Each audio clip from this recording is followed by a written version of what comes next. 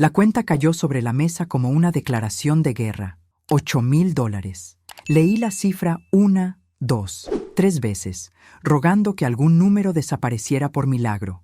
Pero no, ahí estaban, en tinta negra sobre papel blanco, tan reales como el silencio que de pronto cubrió a todos. Yo estaba sentada en la cabecera, con las manos en el regazo, sintiendo el aire volverse espeso, como si alguien hubiera cerrado todas las ventanas de golpe.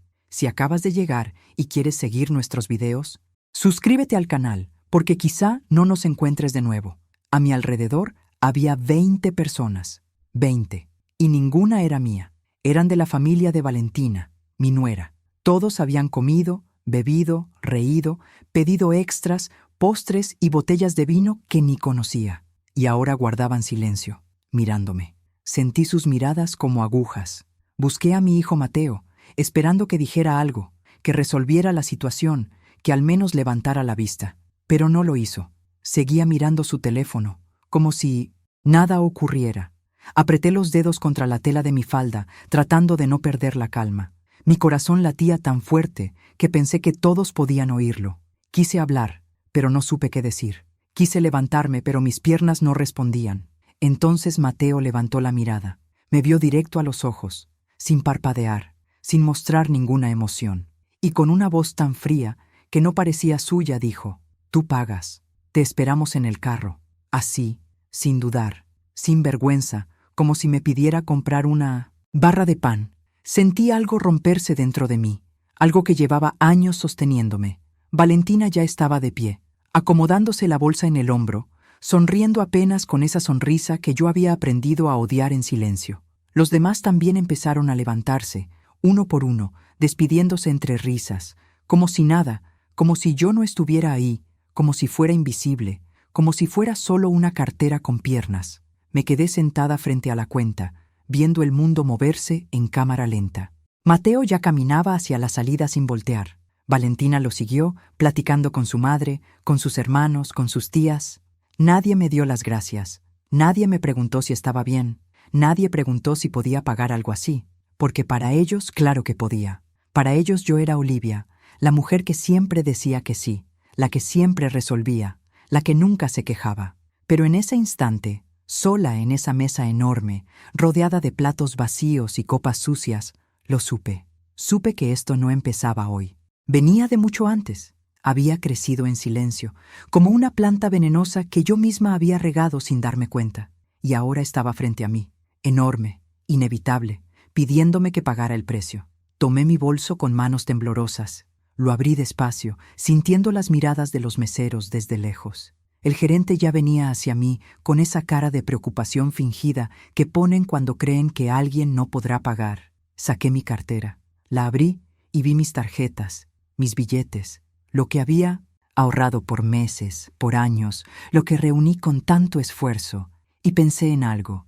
Pensé en cuántas veces había hecho esto, cuántas veces pagué sin que me lo pidieran, cuántas veces di sin que nadie lo agradeciera, cuántas veces callé para no causar problemas. Y me pregunté, ¿hasta cuándo? ¿Hasta cuándo iba a seguir así? ¿Hasta cuándo iba a dejar que me trataran como si no importara? Cerré la cartera, cerré el bolso, me levanté con las piernas temblorosas, pero firmes. El gerente me miró, sorprendido. Lo miré y luego miré la puerta, por donde mi hijo ya había desaparecido, y caminé. Caminé hacia la salida con la cabeza en alto, con el corazón hecho pedazos, pero con algo nuevo dentro de mí, algo que no sentía desde hacía años, algo parecido a la dignidad. Detrás, escuché al gerente llamarme, voces levantándose, pasos apresurados, pero no me detuve. Seguí caminando, porque en ese momento supe que si me detenía, si regresaba, si pagaba esa cuenta, me iba a morir ahí mismo. No, físicamente, sino en todo lo que importa. Iba a morir como mujer, como madre, como persona. Y yo no estaba dispuesta a morir así. No por ellos. No todavía. Todo había comenzado 3 días antes, un martes por la tarde, cuando sonó el teléfono mientras regaba mis plantas en el balcón. Era Mateo. Sentí esa chispa tonta de alegría que siempre me daba ver su nombre en la pantalla. Esa ilusión de madre que cree que su hijo la llama porque la extraña, porque quiere saber cómo está, porque le importa. Contesté rápido, secándome las manos en el delantal. Hola, hijo, dije, tratando de no sonar ansiosa, de no sonar necesitada. Él respondió con un tono casual, casi desinteresado. Hola, ma, te llamo rápido. Valentina y yo queremos invitarte a cenar este viernes. Nada formal, algo tranquilo con la familia. Sentí mi corazón llenarse de esperanza. Llevaba semanas sin verlos, semanas esperando alguna señal de que aún existía para ellos, de que todavía contaba. Claro, hijo, claro, respondí sin pensar. ¿A qué hora? ¿Dónde? ¿Quieres que lleve algo? Mateo hizo una pausa, como si estuviera haciendo otra cosa mientras hablaba. No, ma, no traigas nada, solo vente. Luego te mando la dirección. Es un restaurante nuevo que le gusta a Valentina. Asentí aunque él no pudiera verme. Perfecto, hijo. Ahí estaré. Gracias por invitarme. Hubo otro silencio raro, y luego dijo, bueno, ma, cuelgo. Nos vemos el viernes. Y colgó antes de que pudiera añadir algo más.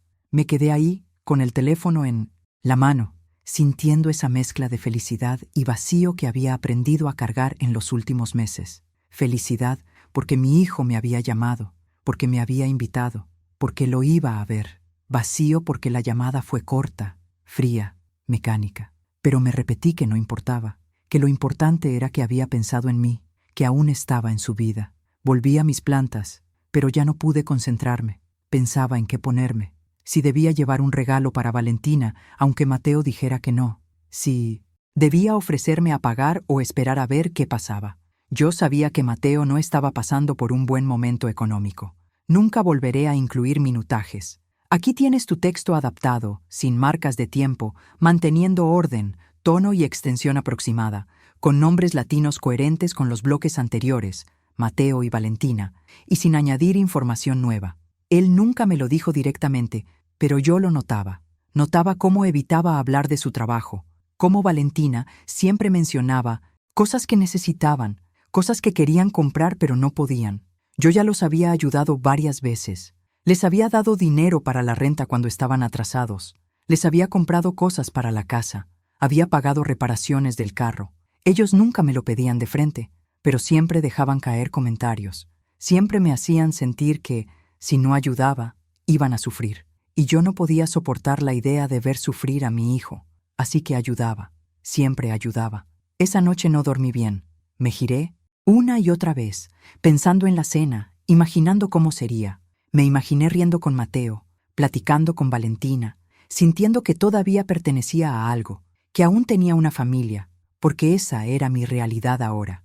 Vivía sola en este departamento pequeño desde que mi esposo murió hace 5 años. Mateo era lo único que me quedaba, mi única familia, mi única conexión con el mundo. Mis amigas me decían que tenía que hacer mi vida, que saliera más, que conociera gente, que pensara en mí, pero yo no sabía cómo. Había pasado toda mi vida siendo esposa, siendo madre, cuidando a los demás. No sabía quién era Olivia sin eso. No sabía qué hacer conmigo cuando ya nadie me necesitaba. Los días pasaron lentos, como si el tiempo supiera que algo importante se acercaba.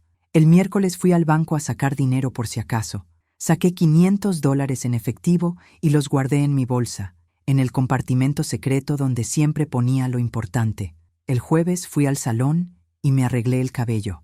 Quería verme bien. Quería que Mateo se sintiera orgulloso de mí.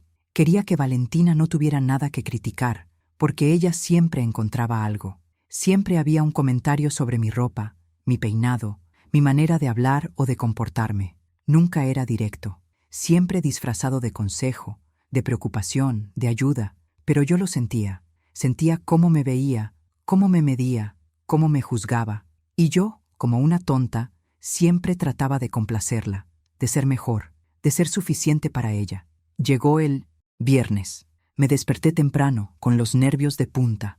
Me bañé. Me puse mi mejor vestido, ese que compré para una boda hace 2 años y que casi no usaba porque nunca tenía a dónde ir. Me maquillé con cuidado. Me puse perfume. Me puse los aretes que mi esposo me regaló en nuestro último aniversario. Me miré al espejo y vi a una mujer de 67 años tratando de verse importante, tratando de sentirse querida. Vi a una mujer hambrienta de cariño, de atención, de una señal de que todavía contaba, y me dio tristeza. Me dio tristeza verme así, tan necesitada, tan sola, pero me obligué a sonreír, a pensar positivo. Hoy sería un buen día, hoy estaría con mi hijo, y eso era lo único que importaba. Llegué al restaurante 15 minutos antes. No quería retrasarme, no quería que se molestaran. El lugar era elegante, mucho más de lo que imaginaba. Manteles blancos, copas de cristal, meseros impecables. Me sentí fuera de lugar de inmediato, pero respiré hondo y entré. Di mi nombre a la hostess y me llevó hacia una mesa enorme al fondo, una mesa gigantesca, y fue ahí cuando lo sentí. Fue ahí cuando el estómago se me apretó y supe que algo no estaba bien, porque esa mesa no era para 3. Esa mesa no era para 3 personas. Mateo estaba junto a la mesa hablando por teléfono. Cuando me vio, colgó rápido y me saludó con un beso en la mejilla. Su saludo fue frío, automático, como quien cumple un trámite. «Hola, ma. Llegaste temprano», dijo. Y no supe si eso era bueno o malo. «No. Quería llegar tarde, hijo», respondí, intentando sonar alegre, aunque por dentro ya sentía ese nudo. Miré la mesa gigante y luego lo miré a él. «¿Nada más vamos a hacer nosotros 3?» pregunté, señalando con la mirada los 20 asientos vacíos. Mateo evitó mis ojos. «Ah, sí. Bueno, Valentina invitó a unos familiares. Ya sabes cómo es. Le gusta tener a la familia unida», asentí, aunque por dentro algo me decía que no estaba bien, que esto no tenía sentido. «¿Unos familiares?», repetí, tratando de mantener la calma. «¿Cuántos vienen?». Mateo se encogió de hombros como si no importara. «No sé, ma. ¿10? ¿15? No muchos. Es una cena tranquila, no te preocupes». Pero yo ya estaba preocupada, porque eso no era lo que él me había dicho. Él me dijo que sería algo íntimo, algo familiar, solo nosotros 3, y ahora resultaba que iban a llegar 15 personas que yo no conocía, gente de la familia de Valentina, gente que ni sabía quién era yo. Me sentí engañada, pero no dije nada. No quería arruinar la noche. No quería que Mateo pensara que yo era una mujer amarga, una vieja problemática incapaz de adaptarse. Así que sonreí y dije, «Está bien, hijo, no hay problema». Valentina llegó 10 minutos después, acompañada de su madre, 2 hermanas y 3 primas. Entraron riendo, hablando fuerte, ocupando el espacio como si el restaurante fuera suyo. Valentina me saludó con un beso al aire, sin tocarme, y dijo, «Hola, Olivia, qué bueno que pudiste venir». Pudiste, como si me costara trabajo estar ahí, como si yo les hiciera un favor. Tragué saliva y respondí, «Gracias por invitarme, Valentina». Pero ella ya no me veía. Ya estaba presentándome con su familia como si fuera un adorno más. «Ella es Olivia, la mamá de Mateo», decía. Y todos asentaban con cortesía falsa, con sonrisas que no llegan a los ojos. Nadie me preguntó nada. Nadie mostró interés. Solo me saludaron y siguieron con sus conversaciones. Me senté en una esquina, lo más lejos del centro. Mateo se sentó en el otro extremo, junto a Valentina, rodeado de toda su familia. Yo me quedé ahí sola, sin que nadie me hablara, viendo cómo todos reían, brindaban, pedían cosas. El mesero pasó varias veces, ofreciendo vinos, cócteles, entradas. Yo pedí solo un vaso de agua. No quería gastar, no quería llamar la atención, pero los demás pedían sin límite. Vi cómo la mamá de Valentina pidió una botella de vino de $200. Vi cómo las primas pedían entradas, platillos especiales, cosas del menú sin precio, visible. Y cada vez que alguien pedía algo, el estómago se me apretaba un poco más porque yo sabía cómo terminaban esas cenas. Sabía que cuando llegara la cuenta, alguien tendría que pagarla, y temía ser yo. Intenté hablar con Mateo desde mi lugar. Lo llamé un par de veces, pero no me escuchó, o fingió no escucharme. Estaba demasiado ocupado riendo con los hermanos de Valentina, demasiado ocupado sirviendo vino, demasiado ocupado siendo el yerno perfecto. Me sentí invisible, sentí que no importaba, que era solo un adorno, un número más en la mesa. Y entonces llegó la comida.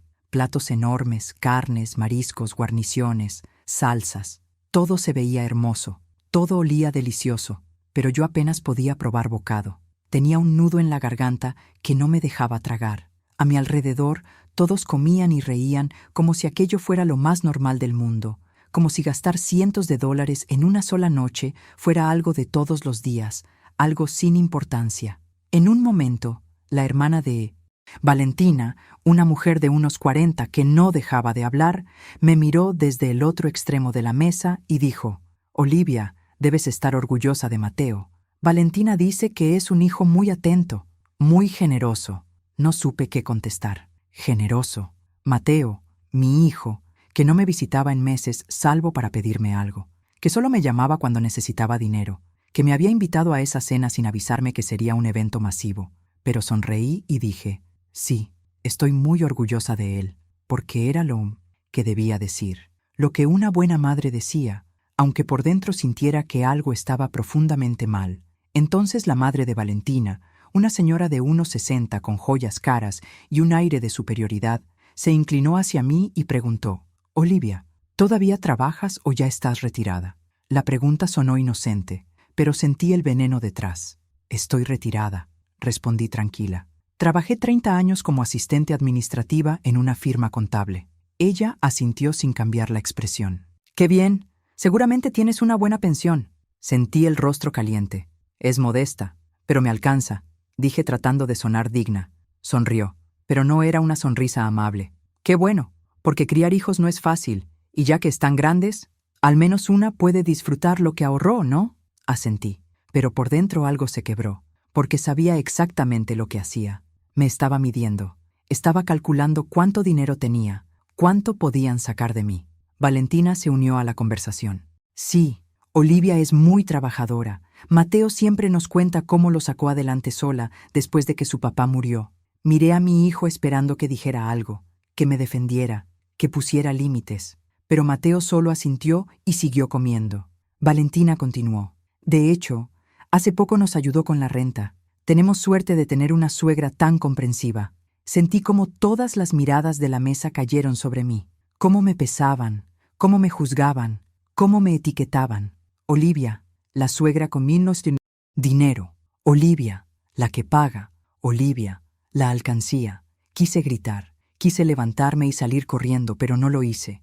Me quedé ahí, callada, sonriendo, fingiendo que todo estaba bien. El hermano de Valentina, un joven de unos 30, pidió otra botella de vino. Luego ordenó postres para todos.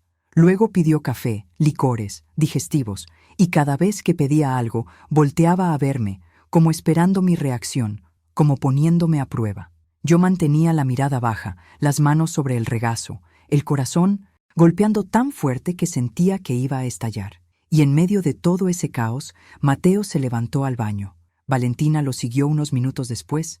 Yo me quedé sola con todos esos desconocidos, sintiendo cómo el tiempo se hacía eterno, cómo cada segundo era una tortura. Nadie me hablaba, nadie me incluía. Yo solo estaba ahí, ocupando espacio, esperando a que algo pasara. Cuando Mateo y Valentina regresaron, él traía una expresión extraña. No me miraba a los ojos. Valentina, en cambio, sonreía, con una sonrisa triunfante, victoriosa. Y ahí supe que algo malo venía. Algo peor que todo lo que ya había pasado esa noche, porque conocía esa mirada. La había visto antes.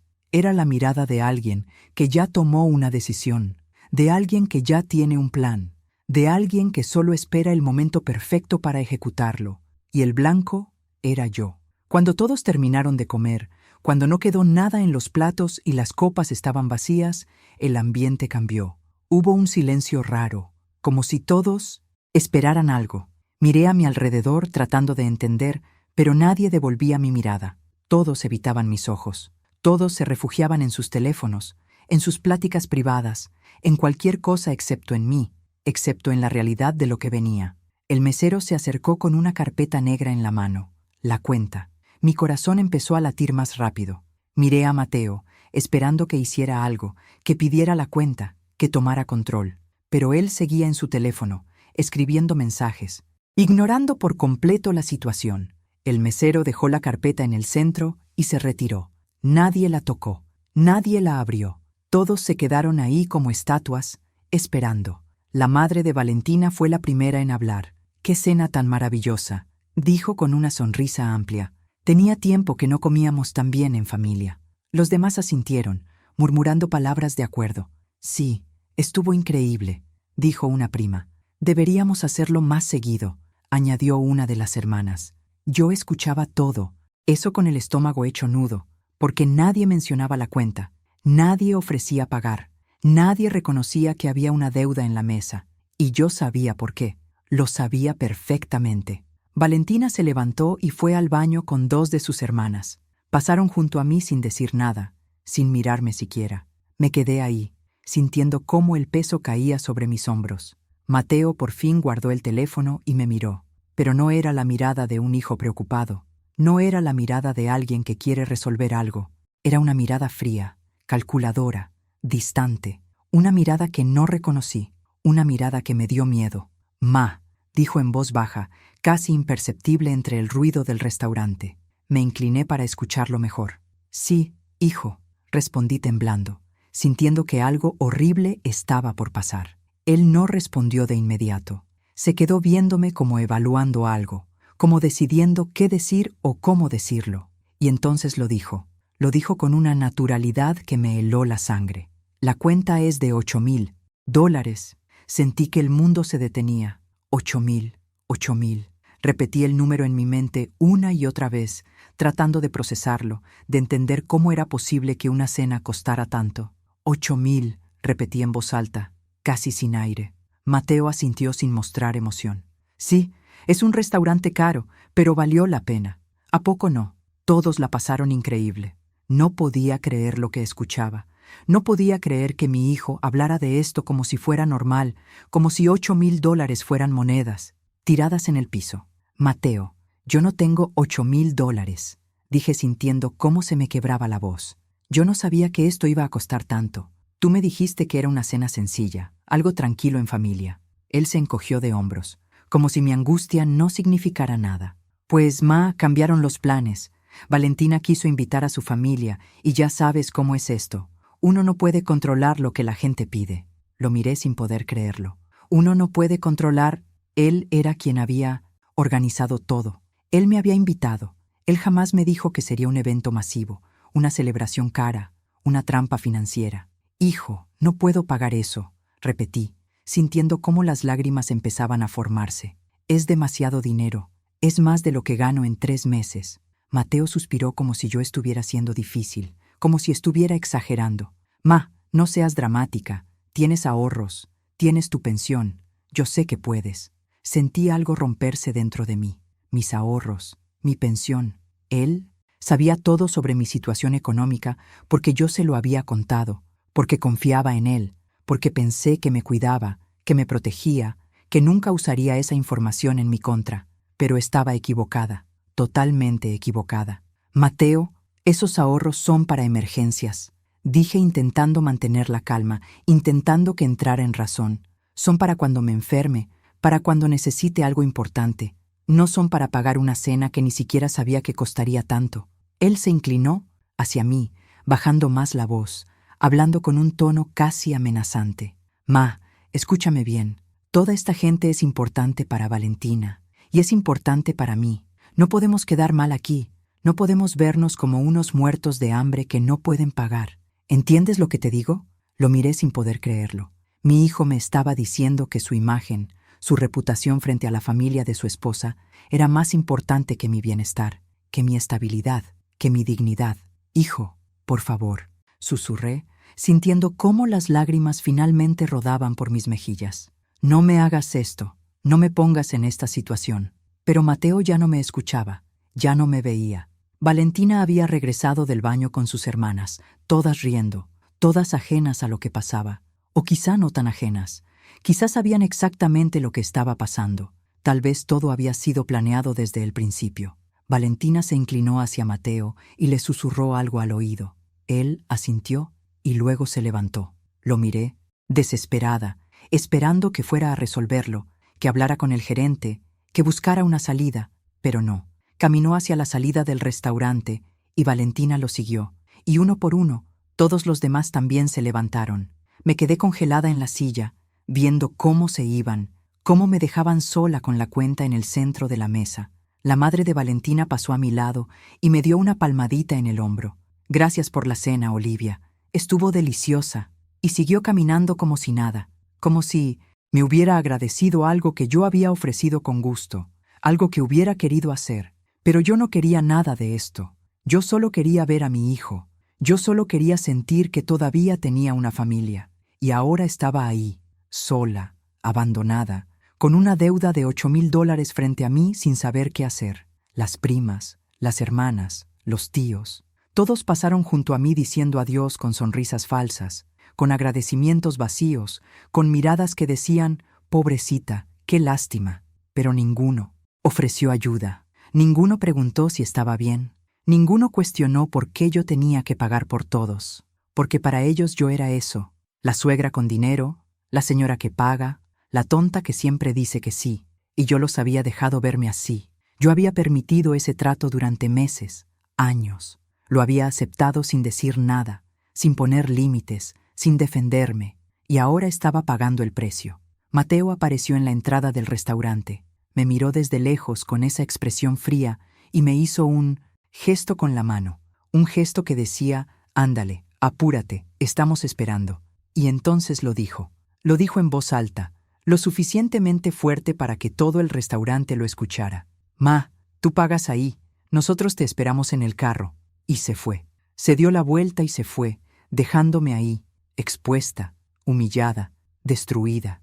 Me quedé sentada con las manos temblando, con el corazón hecho pedazos, sintiendo todas las miradas clavarse en mí.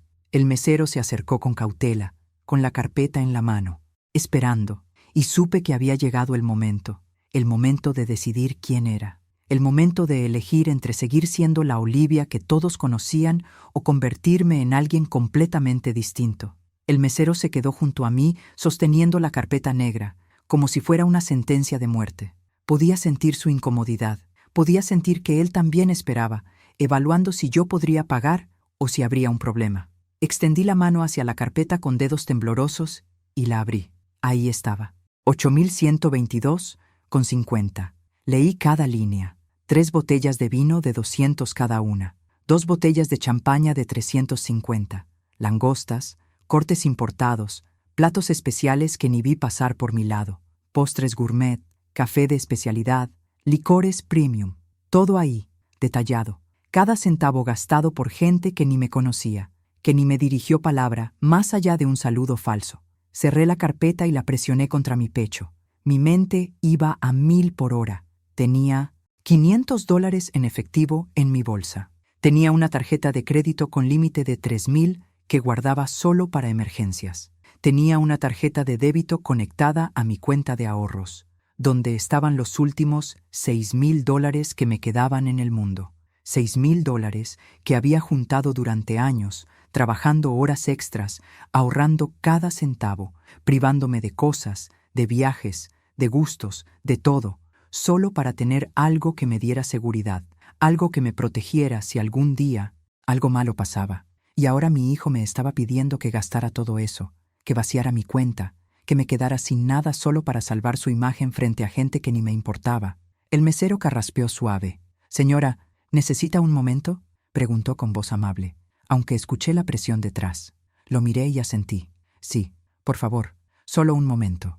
Él se alejó, pero no mucho. Se quedó cerca, observando, esperando. Miré hacia la salida del restaurante.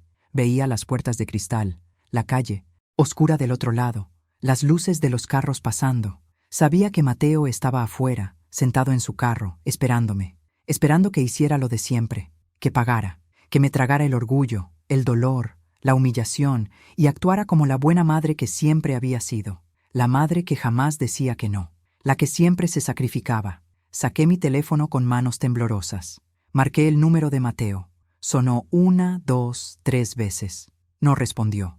Llamé otra vez. Nada. Le mandé un mensaje. «Hijo, por favor vuelve. Necesito hablar contigo. Esto es demasiado». Esperé mirando la pantalla, rogando ver los 3 puntitos que indicaran que estaba escribiendo, pero no aparecieron.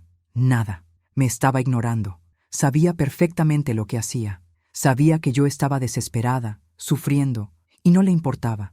O tal vez sí le importaba, pero le importaba más su orgullo, más su imagen, más lo que pensara la familia de Valentina. Volví a mirar la cuenta. $8,000 por 2 horas de comida y bebida, con gente que no me conocía, que no me apreciaba, que probablemente mañana ni recordaría mi nombre. Pensé en todas las veces que había ayudado a Mateo, en los $2,000 que le di cuando se atrasó con la renta, en los 1,500 que le presté para arreglar el carro, en los regalos caros para Valentina, en los electrodomésticos que les compré al mudarse, en las veces que pagué su mandado sin que me lo pidieran, solo porque quería ayudar, solo porque quería ser buena madre, buena suegra, alguien útil, alguien que mereciera estar en sus vidas. Pensé en mi esposo, en cómo antes de morir me dijo que me cuidara, que pensara en mí, que no le debía nada a nadie más que a mí misma. Él me había dejado un pequeño ahorro, no mucho, pero algo, y yo lo gasté todo en Mateo, todo, porque pensé que eso era amor, porque pensé que una buena madre se sacrifica hasta el final, hasta quedarse sin nada. Pero ahora, sentada ahí en ese restaurante elegante y frío, rodeada de platos vacíos y vasos sucios, me pregunté si mi esposo no habría tenido razón. Me pregunté si no llevaba años cometiendo un error enorme, un error que ahora venía a cobrarme la factura. El gerente del restaurante se acercó. Era un hombre de unos 50, con traje oscuro y expresión seria. Señora, disculpe, solo quería confirmar si procederá con el pago. Su tono era profesional pero firme. Sabía lo que significaba, que si no pagaba iban a tomar medidas. Medidas que no quería ni imaginar. Sí, voy a pagar, dije. Aunque mi voz sonaba como la de alguien más, alguien muy lejos. El gerente asintió. Perfecto. ¿Será en efectivo o tarjeta? Abrí mi bolsa y miré adentro. Las manos me temblaban tanto que apenas podía sostener algo. Saqué mi cartera. Tomé los $500 en efectivo. Los puse sobre la mesa. Luego tomé mi tarjeta de crédito. La sostuve entre los dedos, mirándola como si fuera algo ajeno, algo que no me pertenecía.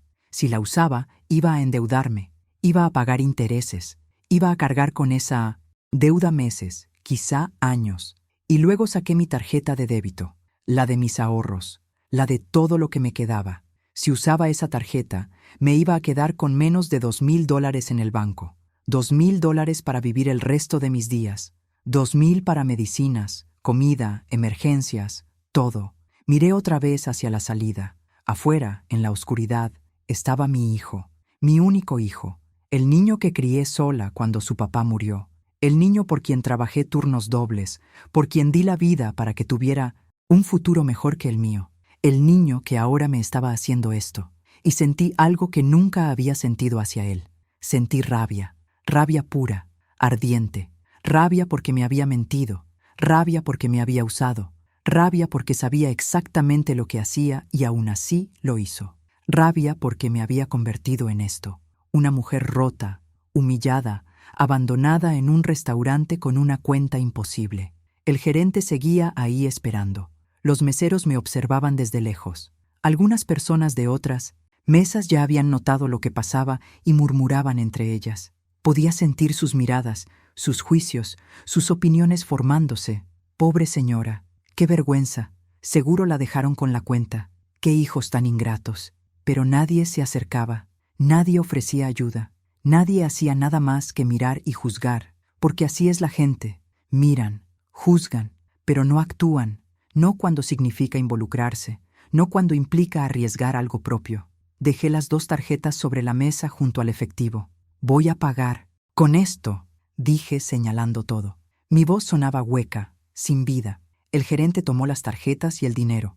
Voy a procesarlo. Un momento, por favor. Se alejó y volví a quedarme sola, sintiendo cómo toda mi vida se desmoronaba ante mis ojos. Pensé en mi madre, que murió cuando yo era joven. Pensé en lo que me habría dicho si estuviera ahí. Probablemente habría dicho que la familia es lo más importante, que una siempre perdona, que los hijos son hijos y hay que aguantar lo que sea por ellos. Pero mi madre nunca pasó por esto. Mi madre jamás fue humillada así por su propio hijo. Pensé en las mujeres de mi edad que conocía. Algunas vivían con sus hijos, felices, cuidadas, queridas. Otras mujeres vivían solas, pero tenían buenas relaciones con sus familias. Se veían seguido, compartían, se apoyaban, y luego estaba yo, que lo había dado todo y ahora no tenía nada. Yo, que me había sacrificado siempre y ahora era el sacrificio. Yo, que creí que el amor de una madre era incondicional y ahora descubría que el amor de un hijo no lo era. El gerente regresó con un recibo. El pago ya fue procesado, dijo, entregándome los papeles. Son 8.122,50. 500 en efectivo, 3.000 en la tarjeta de crédito y 4.622,50 en la de débito. Tomé el recibo y lo miré. Ahí estaba, la prueba de mi humillación, la prueba de que había pagado por mi propia degradación. Guardé el papel en mi bolsa y me levanté. Las piernas apenas me sostenían. El gerente me miró con algo que parecía lástima. «Que tenga buena noche, señora». Asentí sin decir nada y caminé hacia la salida. Cada paso era pesado, doloroso, como si avanzara hacia mi propia ejecución. Empujé las puertas de cristal y salí a la calle. El aire frío me golpeó la cara. Busqué el carro de Mateo. Lo vi estacionado a media cuadra, con las luces encendidas, esperándome. Y algo dentro de mí se quebró por completo. Caminé hacia el carro, sintiendo cómo cada paso pesaba más que el anterior. Las piernas me temblaban, no de frío, sino de rabia contenida, de dolor acumulado, de años de silencio que ahora gritaban dentro de mí. Vi una silueta en el asiento del conductor, Valentina en el asiento del pasajero, ambos mirando hacia el frente, como si nada hubiera pasado, como si no me hubieran dejado adentro pagando una cuenta que equivalía a medio año de mi pensión. Llegué al carro y toqué la ventana. Mateo bajó el vidrio apenas unos centímetros, lo justo para escucharme.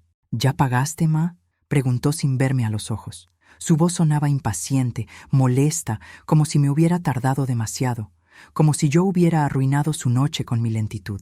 «Sí, Mateo, ya pagué», respondí. Mi voz salió más firme de lo que esperaba, más segura. Él asintió y empezó a subir el vidrio, pero puse la mano sobre el cristal para detenerlo. «Espera, necesito hablar contigo». Mateo suspiró con frustración. «Ma, es tarde, estamos cansados. Hablamos mañana». Y algo en mí se rompió, definitivamente. Algo que llevaba años sosteniéndose con alfileres. Algo que había resistido cada humillación, cada falta de respeto, cada momento en que me trataron como si no contara. Y ahora eso se había roto, y ya no tenía arreglo. «No, Mateo, vamos a hablar ahorita», dije. Y esta vez mi voz sonó distinta. Sonó dura. Sonó como la de alguien que ya no tiene nada que perder. Finalmente me miró con esa expresión de fastidio que ya conocía bien. «¿Ahora qué, ma?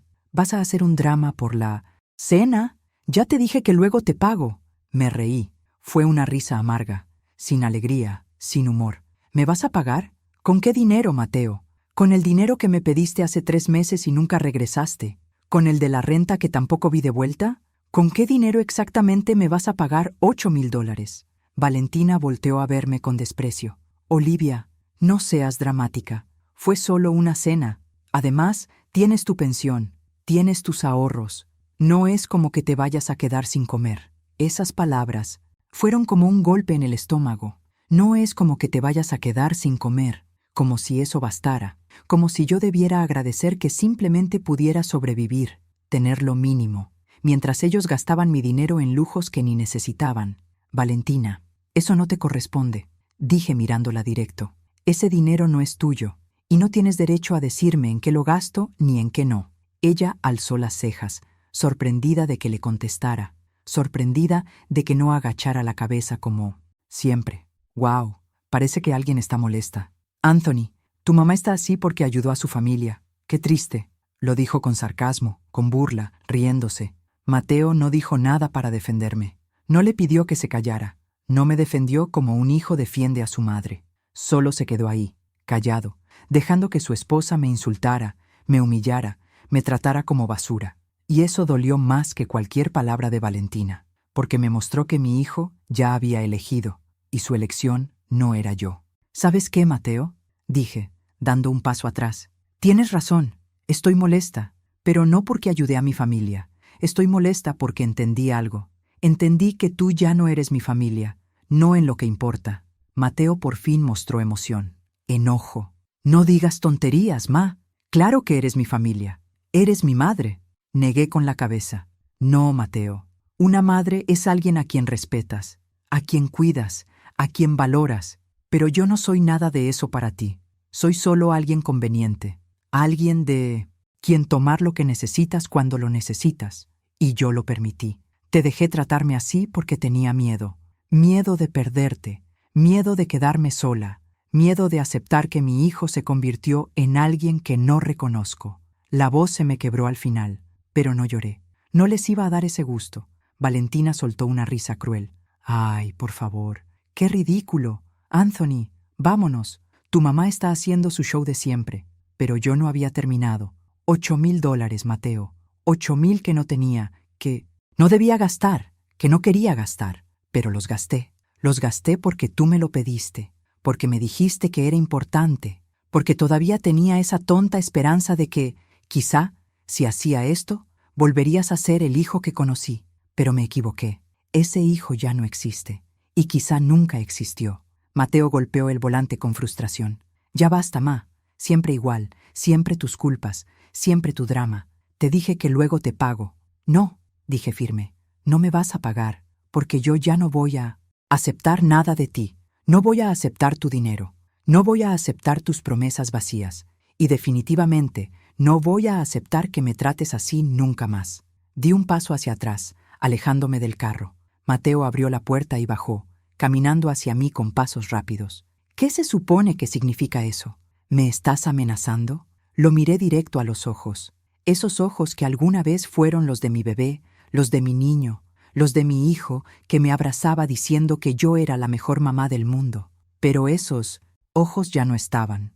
Solo quedaba frialdad, manipulación, egoísmo. No te estoy amenazando, Mateo. Te estoy diciendo la verdad. Se acabó. Ya no voy a ser tu plan de respaldo. Ya no voy a ser tu solución financiera. Ya no voy a ser la persona a la que llamas solo cuando necesitas algo. Valentina también bajó del carro, cruzándose de brazos con arrogancia. Vaya, qué valiente te pusiste de repente, Olivia. ¿Y qué vas a hacer? ¿Vas a dejar de hablarle a tu único hijo? Por favor, sabemos que no lo vas a hacer. Siempre regresas, siempre perdonas, porque estás sola y nos necesitas más a nosotros que nosotros a ti. Sus palabras eran veneno, pero no retrocedí, porque en el fondo tenía razón en una sola cosa. Yo había estado sola. Yo los había necesitado, pero eso estaba por cambiar. Tienes razón, Valentina.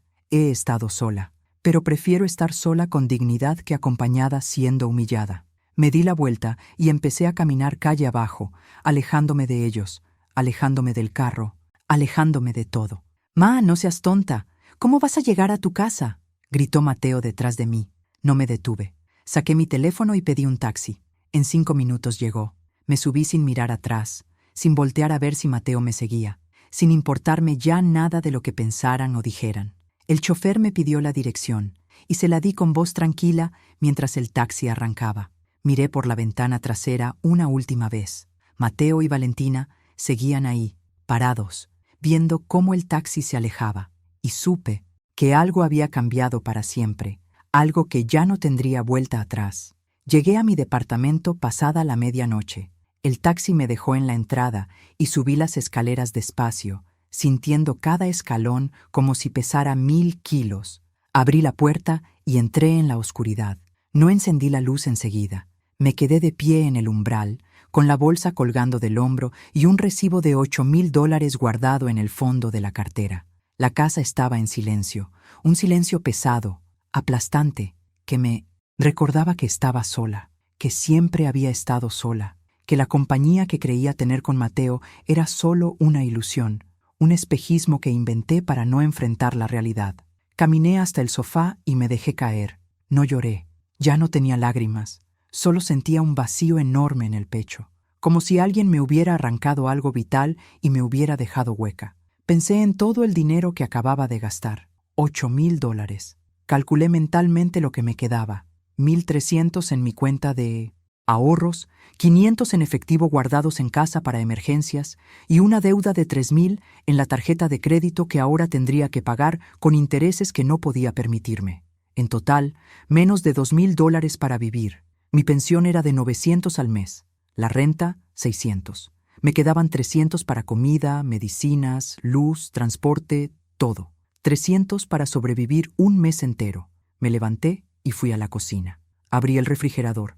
Había muy poco. Leche, huevos, unas verduras, un pedazo de queso. Cerré la puerta y me recargué en ella, sintiendo el peso de todo aplastándome, ¿Cómo había llegado a esto? ¿Cómo había permitido que mi vida se volviera esto? Trabajé 30 años. Fui responsable, ahorradora, cuidadosa. Planeé mi retiro. Guardé dinero. Fui prudente. Y ahora todo eso había desaparecido. Todo por mi hijo.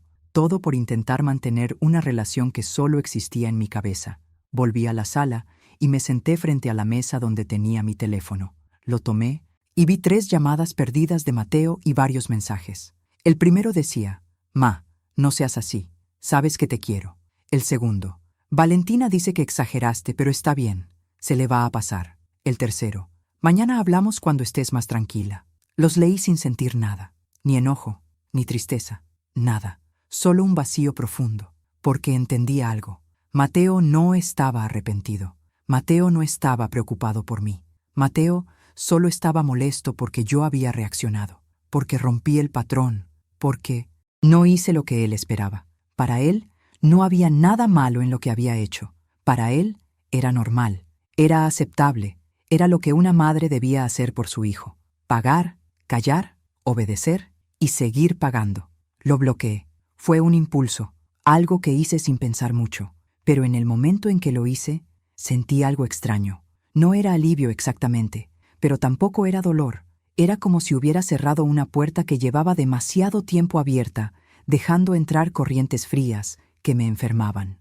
Ahora esa puerta estaba cerrada y yo estaba adentro, sola, sí, pero por lo menos protegida. Dejé el teléfono a un lado y me quedé mirando la pared. Pensé en mi esposo, en lo que él me habría dicho. Probablemente me habría dicho que hice lo correcto, que nadie merece ser tratado así, ni siquiera por un hijo. Pero también me habría preguntado qué iba a hacer ahora, porque ahora sí estaba verdaderamente sola. Ya no tenía la ilusión de una familia, ya no tenía a nadie. Me levanté y fui a mi cuarto. Me cambié la ropa. Me quité el vestido elegante que había usado con tanta ilusión horas antes, pensando que pasaría una noche bonita con mi hijo. Ahora ese vestido me daba asco. Lo tiré en un rincón y me puse mis pijamas viejas y cómodas. Me metí a la cama, pero no pude dormir. Me quedé viendo el techo, pensando en todo, en los años que pasé criando a Mateo sola, en las noches trabajando hasta tarde para pagarle sus estudios, en las veces que me quedé sin comer para que él tuviera algo en su lonchera, en todo lo que había hecho, todo lo que había dado, todo lo que había sacrificado, y me pregunté si había valido la pena. Me pregunté si todo ese sacrificio sirvió para algo, o si solo había criado a un hijo egoísta que me veía como un recurso y no como una persona. La noche fue eterna. Cuando por fin salió el sol, yo seguía despierta. Me levanté y me preparé un café.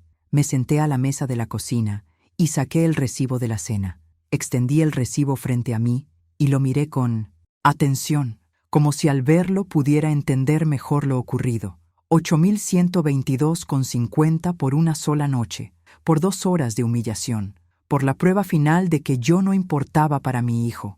Tomé el papel y lo rompí en pedacitos. Luego lo tiré a la basura, no para olvidar, sino porque no quería seguir viendo esa evidencia de mi propia ingenuidad, de mi debilidad, de todo lo que había permitido. Pasaron 2 días. 2 días en los que no salí de mi casa, no hablé con nadie, no hice nada más que pensar en quién era ahora, pensar en qué iba a hacer con el resto de mi vida, pensar en cómo iba a sobrevivir con tan poco dinero. El tercer día, alguien tocó la puerta. Miré por la mirilla y era Mateo. Estaba ahí parado, con las manos en los bolsillos, mirando al suelo.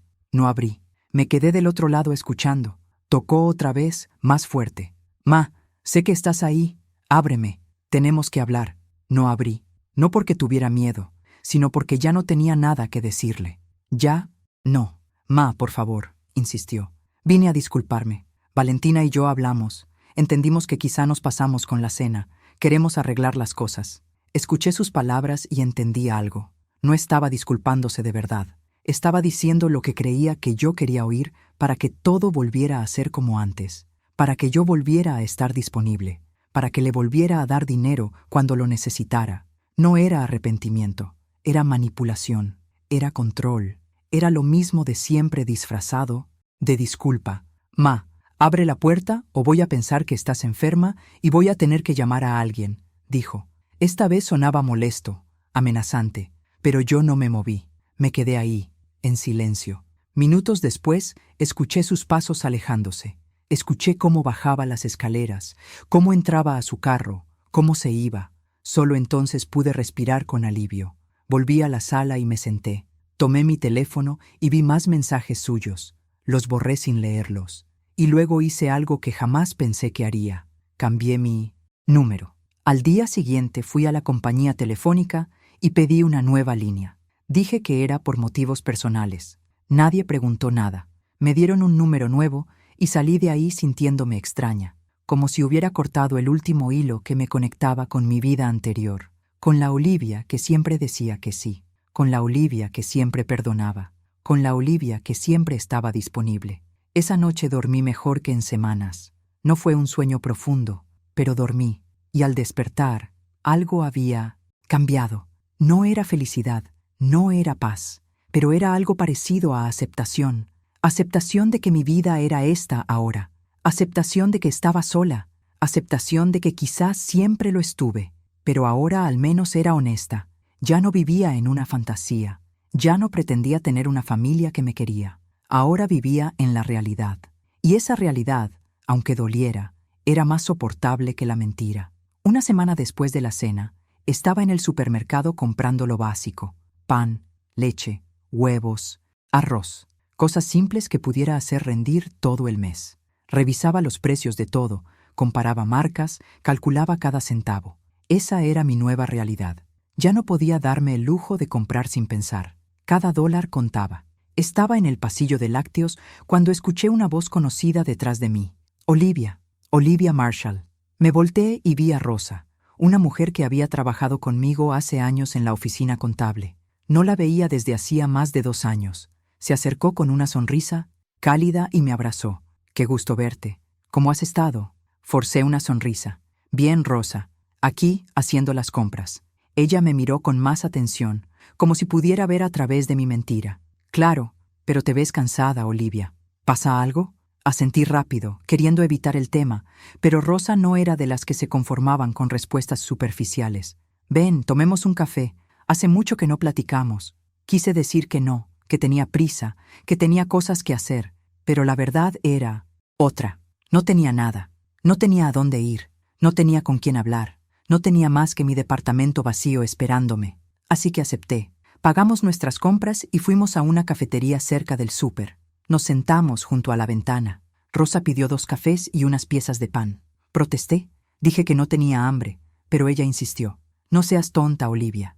Yo invito». Cuando trajeron los cafés, me miró directo a los ojos y dijo: «¿Qué pasó? Y no me digas que nada, porque te conozco. Algo está mal». Bajé la mirada a mi taza, sintiendo las lágrimas queriendo salir. No quería llorar. Ya había llorado suficiente, pero las palabras de Rosa, su preocupación verdadera, rompieron algo dentro de mí, y empecé a hablar. Le conté todo: la cena, los $8,000, la humillación, cómo Mateo me dejó sola con la cuenta, cómo cambié mi número. Rosa escuchó en silencio, sin interrumpir, solo asintiendo de vez en cuando. Cuando terminé, tomó mi mano sobre la mesa. «Olivia, lo que tu hijo te hizo es abuso. Eso no es amor, eso no es familia, eso es alguien usándote». Asentí porque, en el fondo, yo ya lo sabía, pero escucharlo de otra persona tenía otro peso. Le daba verdad. «Hiciste bien en alejarte», continuó Rosa. «Sé que duele, sé que es tu hijo, pero hay límites». Y él cruzó todos. Me limpié las lágrimas con una servilleta. «No sé qué hacer ahora, Rosa. Estoy sola. No tengo dinero. Y tengo miedo». «No estás sola», dijo ella con firmeza. «Me tienes a mí, y vamos a buscar la forma de que salgas adelante». Pasamos la siguiente hora hablando. Rosa me contó que conocía a otras mujeres que habían pasado por situaciones parecidas con sus hijos adultos. Me habló de grupos de apoyo, de comunidades donde mujeres mayores se ayudaban unas a otras. Me habló de pequeños trabajos, cosas que podía hacer para ganar un poco: cuidar niños, limpiar casas, cocinar para eventos pequeños. Nada glamuroso, pero suficiente para sobrevivir. Al despedirnos, Rosa me dio su número. «Llámame cuando quieras, Olivia, para lo que sea. No tienes que pasar por esto sola». Esa noche, en mi departamento, me sentí diferente. Aún tenía miedo, aún estaba herida, pero había algo nuevo, algo pequeño, pero real, esperanza. Esperanza de que quizá, solo quizá, podía reconstruir mi vida, que podía crear algo nuevo, algo que no dependiera de Mateo, algo que fuera solo mío. Al día siguiente recibí una llamada de un número desconocido. Dudé antes de contestar, pensando que tal vez era Mateo desde otro teléfono, pero respondí. Era Valentina. «Olivia, tenemos que hablar», dijo sin siquiera saludar. Su voz sonaba tensa, molesta. «¿Qué quieres, Valentina?», pregunté con cansancio. «Mateo está muy mal por tu culpa. No duerme, no come. Está preocupado por ti». Casi me reí.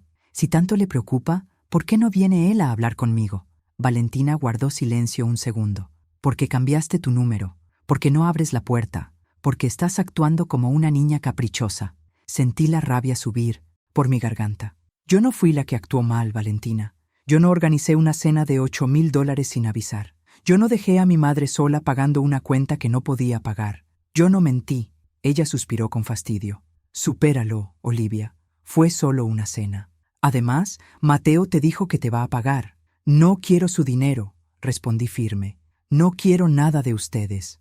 «Ay, qué dramática», dijo ella con sarcasmo. «¿Y qué vas a hacer? ¿Dejar de hablarle a tu único hijo por una cena estúpida?». «Sí, es necesario». «Sí», y por primera vez mi voz no tembló. Valentina se quedó callada, como si no pudiera creer lo que escuchaba. Luego su tono cambió, volviéndose más agresivo. «¿Sabes qué, Olivia? Mejor así. Mateo no te necesita. Nosotros no te necesitamos. Vive sola y amargada si eso quieres». Y colgó. Me quedé con el teléfono en la mano sintiendo una mezcla de emociones. Dolor, porque esas palabras aún lastimaban. Pero también alivio. Alivio de que todo estuviera claro. Alivio de que ya no hubiera máscaras. Ya no había apariencias. Ellos habían mostrado quiénes eran, y yo había elegido no aceptarlo. Los días siguientes fueron extraños. Había momentos en los que me sentía fuerte, momentos en los que sabía que había hecho lo correcto, pero también había momentos de debilidad, momentos en los que quería llamar a Mateo, momentos en los que extrañaba la ilusión de tener una familia, aunque esa familia me tratara mal. Pero cada vez que esa debilidad aparecía, recordaba esa noche en el restaurante, recordaba la cara de mi hijo diciéndome que pagara, recordaba la risa de Valentina, recordaba cómo todos me habían abandonado ahí, y eso me daba fuerza, fuerza para seguir, para no volver atrás, para no caer en el mismo patrón. Una tarde, 2 semanas después de la cena, recibí una visita inesperada. Alguien tocó la puerta, y cuando abrí, vi a una joven parada ahí. Tendría unos 30 años, cabello oscuro, ojos cansados. «¿Usted es Olivia?», preguntó. Asentí con cautela. «Sí, ¿puedo ayudarla?». Se presentó como Paula, una prima lejana de Valentina. «Necesito hablar con usted. Es sobre lo que pasó en la cena». Mi primer impulso fue cerrar la puerta, no querer saber nada más de esa familia. Pero algo en su expresión me detuvo. No parecía venir a atacarme. Parecía nerviosa, incluso asustada. La dejé pasar. Nos sentamos en la sala y Paula comenzó a hablar. «Yo estuve en esa cena. Fui una de las que comió y bebió mientras usted pagaba, y vine a pedirle perdón». La miré, sorprendida. Ella continuó. «Yo no sabía lo que Valentina y Mateo estaban planeando. Ninguno de nosotros sabía. Valentina nos dijo que era una cena familiar, que todo estaba arreglado, que no teníamos que preocuparnos por nada. Cuando vi lo que pasó, cuando vi cómo la dejaron sola con la cuenta, me sentí horrible». Sus ojos se llenaron de lágrimas. Quise decir algo, quise ofrecer ayuda, pero Valentina me detuvo. Me dijo que si me metía, me iba a hacer la vida imposible en la familia. Y fui una cobarde, señora Olivia. Me quedé callada. Parte de mí quería enojarse también con ella, pero vi su arrepentimiento sincero, y no pude. «¿Por qué me dice esto ahora?», pregunté. Paula respiró hondo, porque después de esa cena todo explotó en la familia. «Valentina le dijo a todos que usted estaba exagerando, que había cortado contacto con Mateo por nada, pero algunos empezamos a hablar, y nos dimos cuenta de que no era la primera vez. Valentina ha hecho esto antes con otras personas. Ha usado a gente. Ha manipulado situaciones para conseguir beneficios. Y yo ya no quiero ser parte de eso». Extendió un sobre hacia mí. «Esto es lo que yo comí esa noche. Calculé cuánto fue y le traje el dinero. Son $350. Sé que no es mucho comparado con lo que usted pagó, pero es lo que me corresponde. Tomé el sobre con manos temblorosas. $350. No era mucho, como ella dijo, pero significaba algo enorme. Significaba que no todos eran como Mateo y Valentina. Significaba que aún había gente buena, gente con conciencia, gente que reconocía cuando algo estaba mal. Gracias, Paula, dije con voz suave. Se levantó para irse. Una cosa más, señora Olivia. Lo que usted hizo al alejarse de ellos fue lo más valiente que he visto. Y creo que más gente de la familia debería hacer lo mismo. Cuando se fue, me quedé sentada con el sobre en las manos, sintiendo algo que no había sentido en semanas. Validación. No estaba loca, no estaba exagerando. Lo que me habían hecho estaba mal, y alguien más lo había visto, alguien más lo había reconocido. 3 meses pasaron desde esa cena, 3 meses en los que mi vida cambió de formas que nunca imaginé. No fue fácil. Hubo noches en las que lloré, noches en las que extrañé a Mateo con un dolor físico en el pecho. Hubo llamadas de números desconocidos que sabía que eran de él intentando contactarme y tuve que resistir la tentación de contestar. Pero cada día que pasaba me hacía más fuerte. Cada día recordaba más claramente por qué tomé esa decisión. Y cada día construía una vida nueva que era solo mía. Rosa cumplió su promesa. Me conectó con un grupo de mujeres mayores que se reunían cada miércoles en un centro comunitario. Al principio no quise ir. Sentía vergüenza de contar mi historia, de admitir que mi propio hijo me había tratado así. Pero cuando por fin fui, descubrí algo sorprendente. No estaba sola. Había otras mujeres que habían pasado por cosas similares, algunas incluso peores. Mujeres cuyos hijos las habían abandonado, les habían quitado dinero, las habían maltratado, y todas habían encontrado la forma de seguir adelante, de reconstruirse, de encontrar dignidad en medio del dolor. Escuchar sus historias me dio fuerza, me hizo comprender que lo que me pasó no era mi culpa, que no había fallado como madre, que simplemente había criado a un hijo que eligió ser egoísta. Conseguí un trabajo cuidando a una señora de 85 años 3 veces por semana. No era mucho dinero, 300 al mes, pero ayudaba.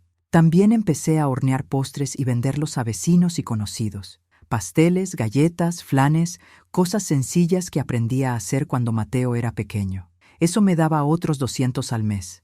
No era suficiente para vivir con lujos, pero sí para sobrevivir con dignidad, para no depender de nadie, para sentirme útil otra vez, para sentir que todavía tenía valor, que aún podía aportar algo al mundo. Un día, 4 meses después de la cena, estaba en el parque con Rosa cuando vi a Mateo. Estaba sentado en una banca, solo, mirando su teléfono. Se veía distinto, más delgado, más cansado, con ojeras profundas. Me vio antes de que pudiera darme la vuelta. Se levantó y caminó hacia mí. Rosa me apretó el brazo. ¿Quieres que me quede?, preguntó. Asentí. No quería enfrentarlo sola. Mateo se detuvo frente a nosotras. «Ma», dijo, y su voz sonaba rota. «Te he estado buscando por meses». No respondí. Solo lo miré, esperando. «Necesito hablar contigo, por favor», insistió. «Habla», dije con voz firme. Mateo miró a Rosa con incomodidad. «A solas». Negué con la cabeza. «Lo que tengas que decir, lo puedes decir frente a mi amiga». Él suspiró, frustrado, pero al final habló. «Valentina y yo terminamos. Me dejó hace un mes». Sentí algo al oírlo, pero no fue lo que esperaba. No fue alegría, no fue satisfacción, solo vacío. «Lo siento», dije, y era verdad. No porque me importara Valentina, sino porque sabía que para él eso debía ser doloroso. «No lo sientes», respondió, con amargura. «Tenías razón sobre ella, tenías razón sobre todo. ¿Y vienes a decírmelo ahora?», pregunté. «¿Vienes a decirme que tenía razón después de todo lo que pasó?». Mateo bajó la mirada. «Vengo a disculparme. Vengo a decirte que lo siento, que me equivoqué, que debí escucharte». Lo miré en silencio un largo momento. Una parte de mí, la parte que aún era madre, quería abrazarlo, quería decirle que todo estaba bien, que lo perdonaba, pero la otra parte, la que había aprendido a valorarse, sabía que no podía hacer eso. No aún, tal vez nunca. «Mateo, agradezco tu disculpa, pero una disculpa no borra $8,000. Una disculpa no borra meses de manipulación y maltrato. Una disculpa no borra que me dejaste sola en un restaurante sabiendo que no podía pagar esa cuenta. Él alzó la vista con los ojos llenos de lágrimas. Lo sé, Ma, lo sé. Y no espero que me perdones ahora. Solo quiero que sepas que me arrepiento, que he vivido con esa culpa todos los días. Asentí. Bien. Ojalá esa culpa te haga mejor persona. Ojalá nunca vuelvas a tratar a nadie como me trataste a mí. Mateo dio un paso hacia mí, extendiendo la mano como queriendo tocarme. ¿Podemos intentarlo otra vez? ¿Podemos empezar de cero? Di un paso atrás. No, Mateo, no podemos, porque yo ya no soy la misma. Ya no soy la mamá que dice sí a todo. Ya no soy la mujer que se deja pisotear para mantener la paz. Esa mujer murió esa noche en el restaurante, y la mujer que soy ahora no tiene espacio para gente que la lástima. Pero soy tu hijo, dijo él, y su voz se quebró por completo. Siempre voy a ser tu hijo. Sentí lágrimas llenándome los ojos, pero no las dejé caer. Sí, Mateo, siempre vas a ser mi hijo, y siempre te voy a querer. Pero querer no significa aceptar maltrato. Querer no significa sacrificarme hasta quedarme sin nada. Querer no significa perder mi dignidad. Y si no puedes quererme sin lastimarme, entonces es mejor que sigamos separados. Mateo se quedó ahí parado, sin saber qué decir, sin saber qué hacer. Finalmente, después de un largo silencio, asintió. Entiendo, dijo en un susurro. Ojalá algún día puedas perdonarme. Y se fue. Lo vi alejarse, caminando con los hombros caídos, derrotado, y yo me quedé ahí, junto a Rosa, sintiendo una mezcla de emociones que no sabía nombrar. ¿Estás bien?, preguntó ella, tomando mi mano. Asentí despacio. Sí, estoy bien. Y era cierto. Dolía. Claro que dolía. Pero era un dolor distinto. Era el dolor de cerrar un capítulo, de soltar algo que ya no servía, de elegirme a mí por primera vez en mi vida. Esa noche, en mi departamento, me senté frente al espejo y me miré. De verdad me miré. Vi las arrugas alrededor de los ojos, las canas, las marcas del tiempo. Pero también vi otra cosa. Vi fuerza. Vi dignidad. Vi a una mujer que había sobrevivido lo peor y había salido al otro lado, no intacta, pero completa. Tomé mi cuaderno y empecé a escribir. Escribí todo lo que había pasado, lo que había aprendido, lo que había sentido. Y al final de la página, escribí algo que se convirtió en mi mantra, en mi verdad. No le debo mi felicidad a nadie, no le debo mi dinero a nadie, no le debo mi dignidad a nadie, ni siquiera a mi hijo, especialmente no a mi hijo si no sabe valorarla. Cerré el cuaderno y lo guardé. Mañana sería otro día, un día para seguir construyendo mi nueva vida. Una vida donde yo era la protagonista, no la víctima. Una vida donde yo decidía quién entraba y quién se iba. Una vida donde, por fin, después de 67 años, aprendí a ponerme en primer lugar. Los meses que siguieron trajeron más cambios. Paula, la prima de Valentina que me visitó, se volvió una amiga. Me contó que varios familiares habían cortado contacto con Valentina después de saber lo que hizo. Me dijo que Mateo tuvo que vender su carro para pagar deudas que ella dejó, que vivía en un departamento pequeño, trabajando en 2 empleos, tratando de reconstruir su vida. Parte de mí sintió lástima, pero la otra parte, la más fuerte, sabía que así tenía que ser. Él tenía que enfrentar las consecuencias de sus actos, igual que yo enfrenté los míos. Un año después de aquella cena, mi vida era muy distinta. Ya había pagado mi tarjeta, había vuelto a ahorrar, poco, pero algo. Había encontrado mi lugar en el grupo de mujeres, donde ahora yo ayudaba a otras que pasaban por lo mismo. Aprendí a vivir sola sin sentirme sola. Había aprendido que la familia no es solo la sangre, también son las personas que eliges, las personas que te valoran, las que te tratan con respeto. Y sobre todo, aprendí la lección más importante de todas. Nunca es tarde para recuperar tu dignidad. Nunca es tarde para decir basta. Nunca es tarde para elegirte a ti misma, porque al final, la única persona con la que vas a vivir todos los días de tu vida eres tú, y mereces vivir con alguien que te respete, que te valore, que te quiera, aunque esa persona seas tú misma.